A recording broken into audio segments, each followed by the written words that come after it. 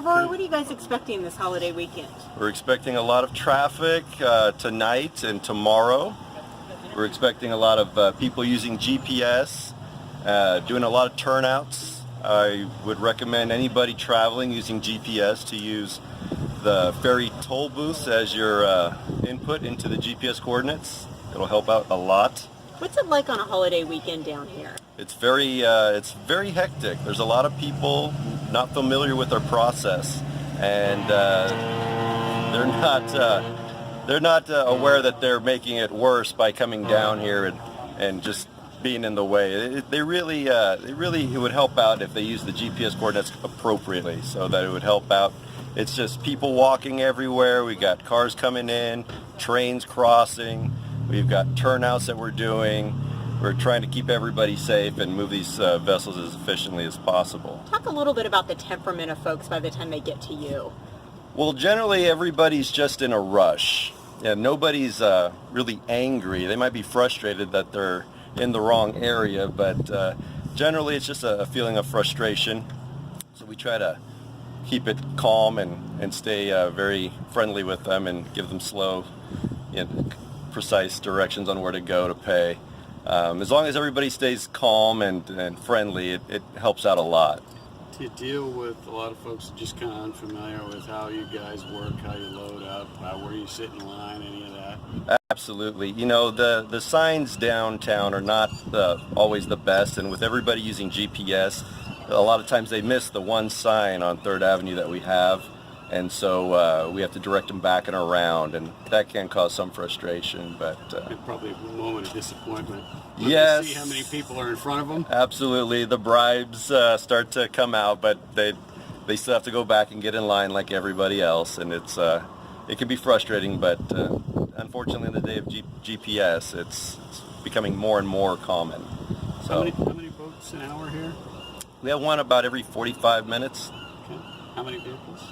200 cars, 202 for our bigger vessel, about 185 for the smaller one. What about the holding area? How many folks back there? Well, it depends on we have enough to fill both boats plus some on this side of the Dayton traffic light. Where do you? How far? What's the farthest up the hill you've seen people stacked up? Oh boy, all the way up to the Westgate Chapel up on the 104. It can be up to a 3-hour wait sometimes. It's not a pleasant thing, but unfortunately this is the traffic we're dealing with these days, and that's the way you get over there unless you want to drive around through Tacoma. You going to see that this weekend? Them driving around, I believe some people will probably have to. There's going to be a lot of traffic, and so everybody's going to have to spread out. How about the 3-hour wait? Well, that's some people will brave that. They'll sit in our line, and by the time they get down here, they're not looking very happy when people try to cut the lines if they do try. But it's one of those things that when you have a holiday or nice weather, you're going to have a lot of people moving around, and so once again, everybody has to stay very calm and friendly as possible to help move things more efficiently. But you expect to see a 2 to 3 hour wait over the weekend? I would anticipate it. I don't expect it. When you're dealing with traffic and the public, it's hard to really expect accurate predictions. Sometimes they will fool you. You think a holiday's going to be real busy, and it's not as busy as you thought. And then you think some day's going to be easy, and it's more busy than you imagined. So you just got to be ready for anything and stay patient. Any recommendation about timing, maybe earlier, later in the day, so the wait's not so long? Well, I would imagine the earlier you travel, the better.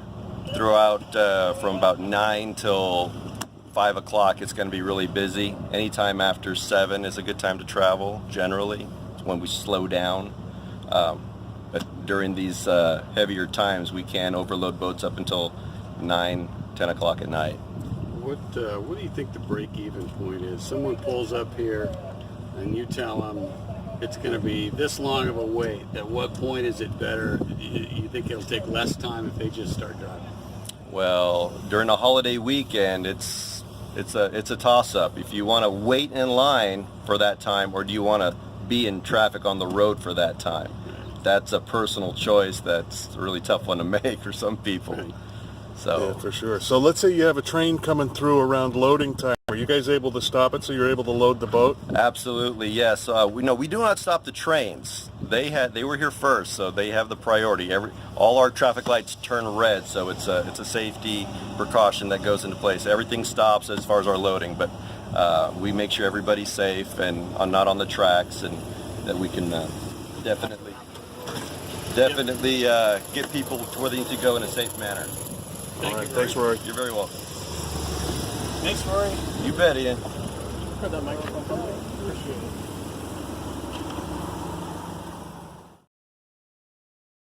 Expectation this weekend. So we're coming off an incredibly busy summer, and our preliminary numbers actually look like it could be about a 15-year record. 8 million people are our estimates for who's traveled between Memorial Day and through the Labor Day weekend. So, yeah, it's going to be another busy cap to the summer season here, and we want people to be prepared for that travel. And we know this is a line that can be debilitating. What do folks need to know if they're going to come down here tomorrow and try to get over to the peninsula? So really the rush starts tonight. The rush starts this Thursday evening as you mix commuters along with vacationers, people getting out of town early and making it a 4-day weekend rather than a 3-day weekend. And obviously the weather expected to be pretty nice all weekend long. There will be a lot of people on this route. So tonight, tomorrow night, most of the day really for Friday, it will be busy going westbound, and then eastbound as everybody floods back into the city on Labor Day itself, or even that Tuesday. It's going to be incredibly busy, and that's where you'll see the longest wait times probably in the entire system. Last weekend, cloudy, not a holiday weekend, and we had 3-hour waits on Sunday. What do folks need to know if they want to get to that site? There are different options. Is one better than another? You know, there's a bunch of ways over, and most of them involve a state ferry, and we would argue that, yeah, that's the way to do it. It's a lot prettier and more relaxing once you're able to get out on the water. There's options there. You've got Seattle Bremerton is one that a lot of people don't utilize. A little longer boat ride, really pretty, and usually not as much of a wait, although this is a holiday weekend and it is summertime, so expect to see some wait times even on that route. You've got Bainbridge, Seattle, also going to be real busy this weekend, and then of course Mukilteo, Clinton, and here in Edmonds over to Kingston. So there are options, including driving around. We just encourage folks to try and travel off-peak. So just like on the freeway, if you travel at rush hour, it's going to take you longer to get to work than it does during a slower time of the day. Same story here. So travel later at night, late as you can, or early in the morning. And a lot of folks don't like to do that, and therefore there's not as much wait at that point in time. What about equipment? You guys got a full complement, no boats out of service, everything running, any extra boats in service? Yeah, so something people should know is international service up to Sydney, BC. It's our only international run. It is out of service right now and may not regain service for the holiday weekend. We're hopeful it will be able to get a boat up there to do that. But we had a 51-year-old vessel go out of service the other day, needs some extensive motor repairs. That means no international service, at least for the first day or so here of the holiday weekend. We talked about the Hayek this morning. What does it mean if we see a boat go down over the weekend? Yeah, so, you know, there's just not a deep bench. It's transit companies, bus companies in particular, have a lot of extra vehicles that they can bring in if a bus were to go out of service. Unfortunately, State Ferries doesn't have that luxury. And so if a vessel goes out of service, there's a direct and immediate impact to customers. To try and avoid that, we have engineers, electricians, all sorts of folks on standby all the time, and teams of these people right now working to get these vessels out of the shipyards and back out on the water. Any backup boat available at all or not? So at this point in time, there is no official backup boat. That would have been the Hayek. The Hayek, built back in 1967, is out of service with a drive motor issue, and so we're in a rush to try and make sure that we get a vessel back on those routes and be able to restart international service. And Metro,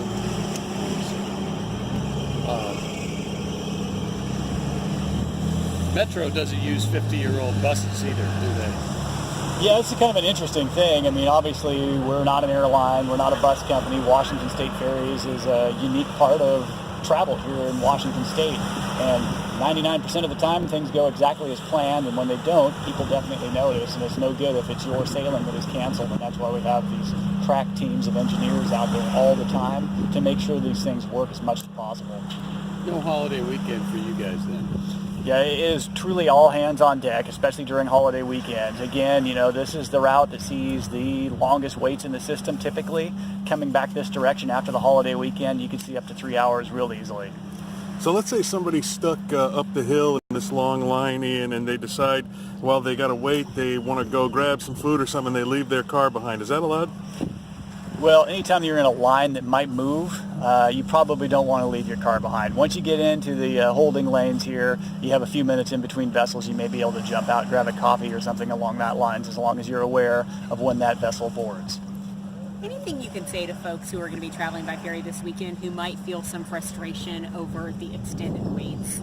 So the ferry system is popular, especially this summer, where we're looking at what could potentially be a 15-year record for travel over the summer. It has been impressive. It's very, very busy. It's hard on the boats, it's hard on customers, and it's hard on the folks who work here who are giving up their holiday weekend to move folks safely and efficiently across the water. So I would just say be patient, travel off-peak if you possibly can. If walking on is an option for you, that's a great one. Now we realize not everyone can do that, but there is almost always room on every sailing for walk-on customers. That way you catch the next boat every time. Now, you mentioned the numbers were pretty high. Is this the busiest run in all of State Ferries? This is not, but as far as vehicles go, Edmonds and Mukilteo are kind of tied for who carries the most vehicles. So definitely this will be a very, very busy route this weekend. Anything you think's important to say that we haven't asked? Well, one thing that folks can do is go to our webpage, sign up for rider alerts, follow us on Twitter. It's a great way to get real-time information about what's happening out here, and then you can make the decision on what boat you might take and what time of the day you might choose to travel. I guess, and lastly, how is our increasing population impacting the system? So it's difficult to say exactly, but we believe, at least anecdotally, lots of people moving to Seattle and lots of people moving to the other side of the water, maybe for less expensive housing. And so, yes, we're seeing an increase across the system any time of the year. Any hope for this weekend, Ian? Yeah, I think that with luck, we'll get international sailings back, and then we'll be complete, and hopefully everything goes smoothly and people can enjoy a boat ride across Puget Sound. Everybody in the state of Washington has a stake in these boats as taxpayers, so we'd encourage you to come out and enjoy it. Travel off-peak if you possibly can. Get out on the water. It's going to be a great weekend.